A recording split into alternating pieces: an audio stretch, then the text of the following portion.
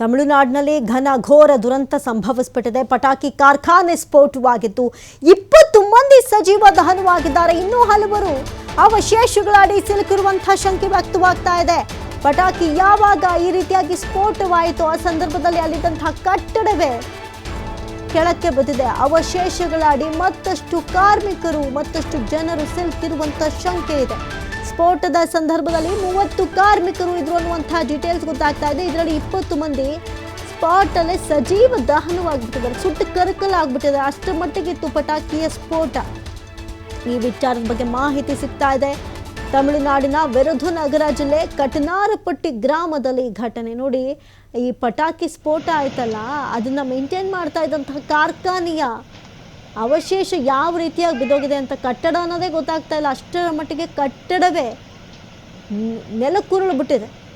ಈಗ ಅವಶೇಷಗಳಡಿ ಎಷ್ಟು ಜನ ಸಿಲುಕಿದ್ದಾರೋ ಅವರನ್ನು ನಿರಂತರವಾಗಿ ಹೊರ ತೆಗೆಯುವಂಥ ಕೆಲಸವನ್ನು ಅಗ್ನಿಶಾಮಕ ದಳದ ಸಿಬ್ಬಂದಿ ಮಾಡ್ತಾ ಇದ್ದಾರೆ. ಈಗಾಗಲೇ ಈ ವಿಚಾರಕ್ಕೆ ಸಂಬಂಧಪಟ್ಟಂತೆ ತಮಿಳುನಾಡು ಸಿಎಂ ಸಂತಾಪ ಸೂಚಿಸಿದ್ರು. ಪರಿಹಾರವಷ್ಟೇ ಘೋಷಣೆ ಮಾಡಬೇಕಿದೆ. 20 ಮಂದಿ ಸ್ಪಾಟಲ್ಲೇ ಸುಟ್ಟು ಕರಕಲಾಗಿದ್ದಾರೆ, ಸಜೀವ ದಹನವಾಗಿದ್ದಾರೆ. ಹೊರಗಡೆ ಬರೋಕ್ಕೂ ಆಗಿಲ್ಲ. ಅಷ್ಟು ಕ್ಷಣ ಮಾತ್ರದಲ್ಲಿ ಬೆಂಕಿಗೆ ಆಹುತಿ ಆಗ್ಬಿಟ್ಟಿದ್ದಾರೆ. ಅಷ್ಟರ ಮಟ್ಟಿಗೆ ಪಟಾಕಿ ಮದ್ದು ಅಲ್ಲಿ ಸಿಡಿದಿರುವಂಥದ್ದು. ಬೆಂಕಿ ಹೇಗೆ ಹೊತ್ಕೊಳ್ತು ಹೇಳೋಕ್ಕಾಗಲ್ಲ. ಒಂದು ಕಡೆ ಎಷ್ಟೇ ಸೇಫ್ಟಿ ಮೆಷರ್ಮೆಂಟ್ಸ್ಗಳನ್ನ ತಗೊಳ್ಳಿ, ಅವಘಡಗಳು ಸಂಭವಿಸ್ತಾನೆ ಇರುತ್ತೆ.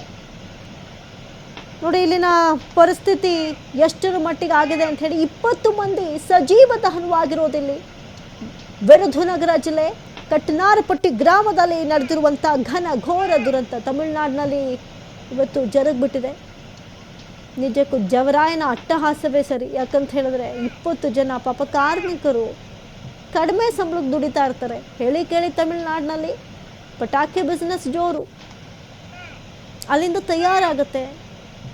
ಹಾಗಾಗಿ ಆ ಕೂಲಿಯನ್ನೇ ನಂಬ್ಕೊಂಡು ಬಹಳಷ್ಟು ಮಂದಿ ಬದುಕ್ತಾ ಇರ್ತಾರೆ. ಆದರೆ ಆ ಕಾರ್ಮಿಕರು ಪಾಪ ದುಡ್ಡಿನ ಆಸೆಗೆ ಬಂದು ತಮ್ಮ ಜೀವವನ್ನೇ ಕಳ್ಕೊಂಡ್ಬಿಟ್ಟಿದ್ದಾರೆ. ಈಗ ಈ ಕಾರ್ಖಾನೆಯಲ್ಲಿ ಕೆಲಸ ಮಾಡ್ತಾ ಇದ್ದಂಥವರ ಕುಟುಂಬಸ್ಥರ ಆಕ್ರಂದನ ಮುಗಿಲು ಮುಟ್ಟಿದೆ. ಪರಿಹಾರ ಸೈಡಲ್ಲಿರಲಿ, ಜೀವ ಹೋಯ್ತಲ್ಲ. ಇನ್ನೂ ಹಲವರು 30 ಜನ ಒಟ್ಟಾರೆ ಕೆಲಸ ಮಾಡ್ತಿದ್ದವರು 20 ಜನ ಸಜೀವ ದಹನ ಆಗಿದ್ದಾರೆ. ಒಂದು ಕಡೆ ಕಟ್ಟಡವೇ ಕೆಳಗೆ ಬಿದ್ದುಬಿಟ್ಟಿದೆ. ಇನ್ನು 10 ಜನ ಏನಾಗಿದ್ದಾರೋ, ಬದುಕಿದ್ರು ಸಿಗಕ್ಕೆ ಸಾಧ್ಯನಾ? ಅಥವಾ ಅರೆಬೆರೆ ಬೆಂದಂಥ ಅವಸ್ಥೆಯಲ್ಲಿದ್ದರೂ ಕೂಡ ಅವ್ರನ್ನ ಆಸ್ಪತ್ರೆಗೆ ಸಾಗಿಸೋಣ ಅಂದರೆ ಕಟ್ಟಡವೇ ಕೆಳಗೆ ಬಿದ್ದೋಗ್ಬಿಟ್ಟಿದೆ. ಅವಶೇಷಗಳ ಅಡಿಯಲ್ಲಿ ಎಷ್ಟು ಜನ ಸಿಲುಕಿದ್ದಾರೋ ಅನ್ನುವಂಥ ಪರಿಸ್ಥಿತಿಯಲ್ಲಿ ನಿರ್ಮಾಣ ಆಗಿದೆ.